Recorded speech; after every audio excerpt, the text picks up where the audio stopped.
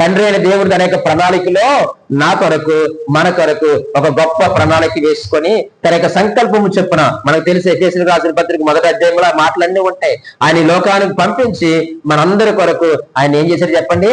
సిలువకు అప్పగించారు. ఆయన పాప శరీరాకారం లోకానికి పంపించారు. ఆయన ఇచ్చిన రక్షణ అది దానము, ఉచితము. ప్రియమైన వాళ్ళరా, నీవు నేను ఏమీ ఖర్చు పెట్టలేదు, ఆయనే ఖర్చు పెట్టారు. ఆయనకు ఆ రక్షణ చాలా విలువైనది. ఆయనకు తనకి అమూల్యమైన విలువైన నిష్కలంకమైన రక్తాన్ని ఆయన చిందించి అనేక రక్షణను మనకు దానం చేశారు. అటువంటి దానము చేసినటువంటి రక్షణ పట్ల మనం లక్ష్యము కలిగి ఉన్నామా, నిర్లక్ష్యముగా ఉన్నామా ఏమో నీవు నేను ఆలోచన చేసుకోవాల్సిన అవసరం ఉంది. కానీ ఒక్క మాట అయితే నేను చెప్పగలను, ఏదో ఒక్కరోజు ఈ రక్షణ నీకు అవసరం అవుతుంది. అది ఎక్కడా?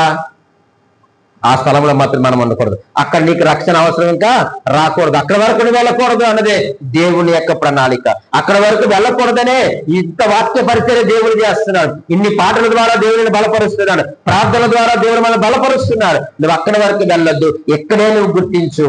ఆ రక్షణ విలువ ఏమిటో నువ్వు గుర్తించు. అది ఎంతో గొప్ప రక్షణ.